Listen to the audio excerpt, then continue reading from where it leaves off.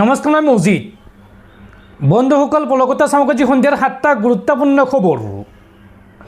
প্ৰথমটো খবৰ, ঘোষণা কৰা হ'ল উচ্চতৰ মাধ্যমিক চূড়ান্ত পৰীক্ষাৰ ফলাফল।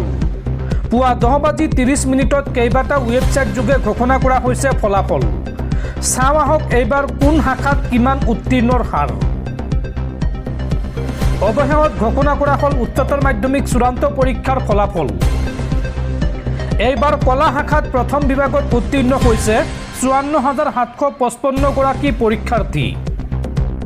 দ্বিতীয় বিভাগত উত্তীৰ্ণ হৈছে 79,181 গৰাকী শিক্ষাৰ্থী আৰু তৃতীয় বিভাগত উত্তীৰ্ণ হৈছে 57,862 গৰাকী পৰীক্ষাৰ্থী।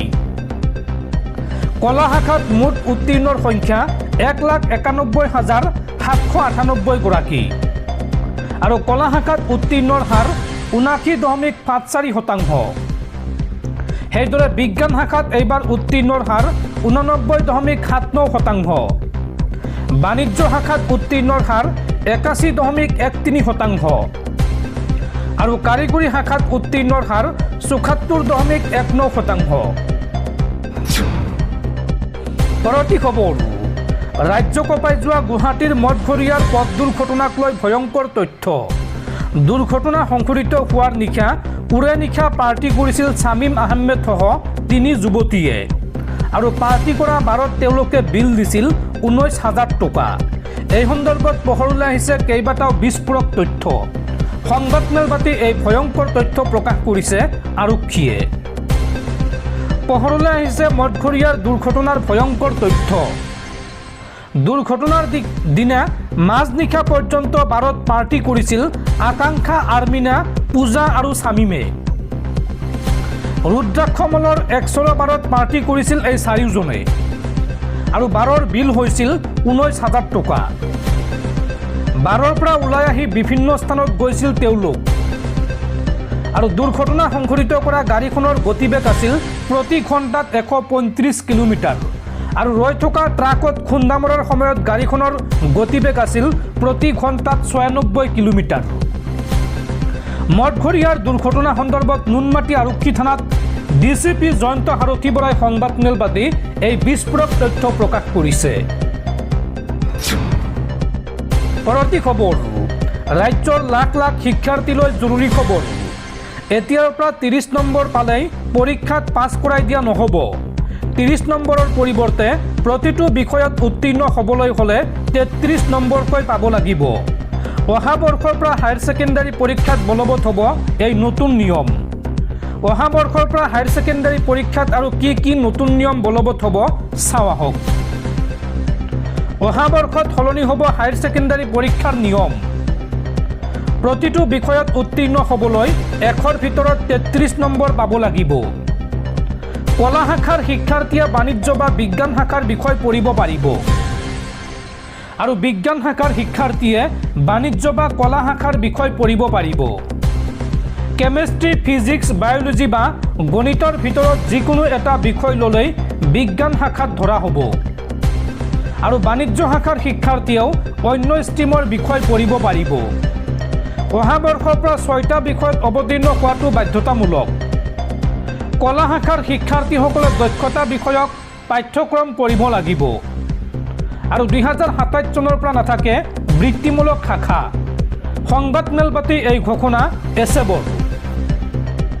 দৰ্শকসকল, আৰু বহুতো গুৰুত্বপূৰ্ণ খবৰ আছে। তাৰ আগতে আপোনাক জনাওঁ যে যদি আপুনি এতিয়ালৈকে এইটো ভিডিঅ'ত লাইক কৰা নাই তেন্তে এতিয়াই ভিডিঅ'টোত লাইক কৰি দিয়ক আৰু এনেকুৱা ধৰণৰ ভিডিঅ'সমূহ নিতৌ চাবলৈ চেনেলটো ছাবস্ক্ৰাইব কৰি কাষত থকা বেল আইকনটো প্ৰেছ কৰি ৰাখক।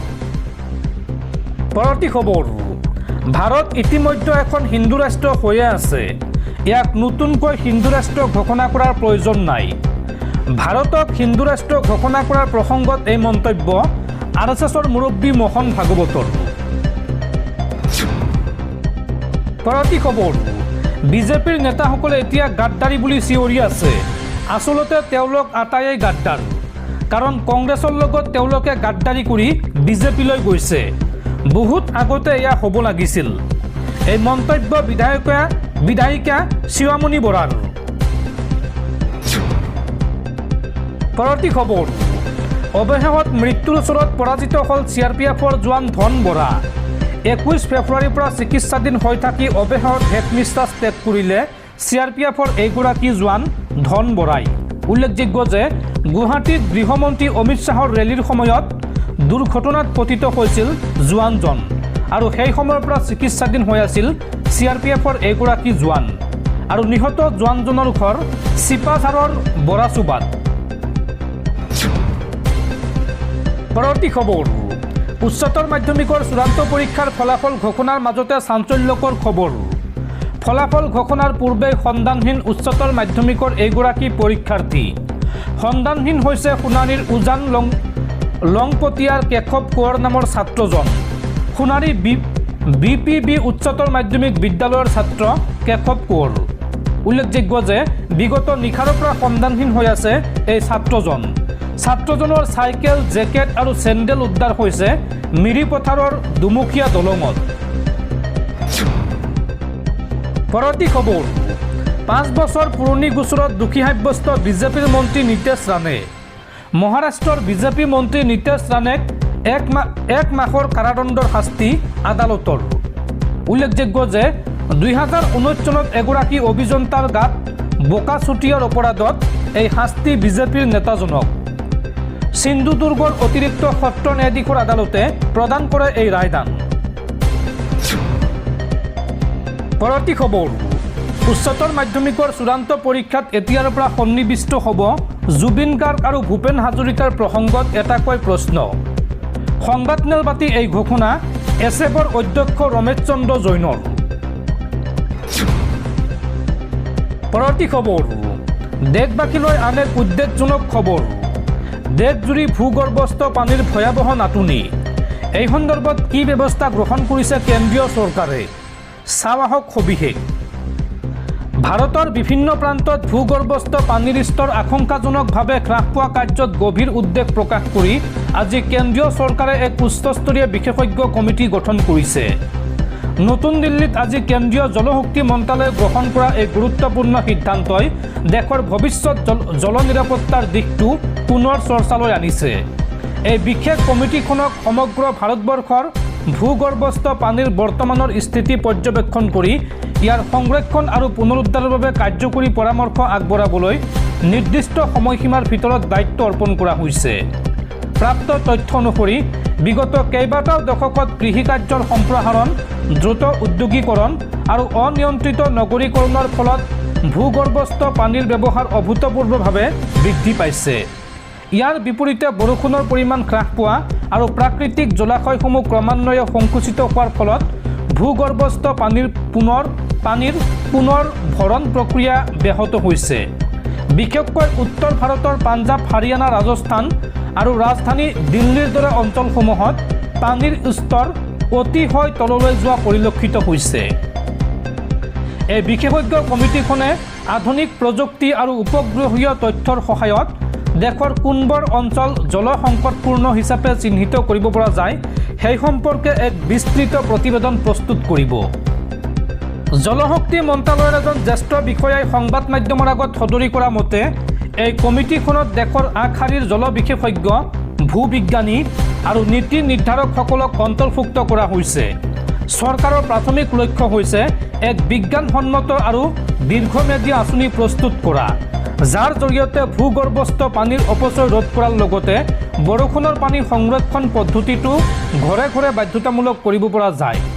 ইয়াৰ উপৰিও কমিটিয়ে কৃষিখণ্ডত পানীৰ অপচয় হ্ৰাস কৰিবলৈ ড্ৰিপ ইৰিগেশ্যন বা টোপাল জলসিঞ্চনৰ দৰে নতুন পদ্ধতি প্ৰসাৰৰ ওপৰতো বিশেষ গুৰুত্ব দিব বুলি জানিব পৰা গৈছে। উল্লেখযোগ্য যে ইতিপূৰ্বে নীতি আয়োগ আৰু বিভিন্ন আন্তঃৰাষ্ট্ৰীয় পৰিৱেশ সংস্থাই প্ৰকাশ কৰা প্ৰতিবেদনত সতৰ্ক কৰি দিয়া হৈছিল যে যদিহে বৰ্তমানৰ এই নিষ্কাশন প্ৰক্ৰিয়া অব্যাহত থাকে তেন্তে 2030 চনৰ ভিতৰত ভাৰতৰ প্ৰায় 21খন প্ৰধান চহৰে ভূগৰ্ভস্থ পানীৰ চৰম নাটনিৰ সন্মুখীন হ'ব। এই ভয়াৱহ আগজাননীক গুৰুত্ব সহকাৰে লৈ কেন্দ্ৰীয় চৰকাৰে বিশেষজ্ঞ কমিটিখনক অহা কেইমাহমানৰ ভিতৰত তেওঁলোকৰ প্ৰাথমিক পৰামৰ্শসমূহ দাখিল কৰিবলৈ নিৰ্দেশ দিছে। এই প্ৰক্ৰিয়াই দেশৰ জল ব্যৱস্থাপনা নীতিৰ ক্ষেত্ৰত এক নতুন দিগন্তৰ সূচনা কৰিব বুলি আশা কৰা হৈছে।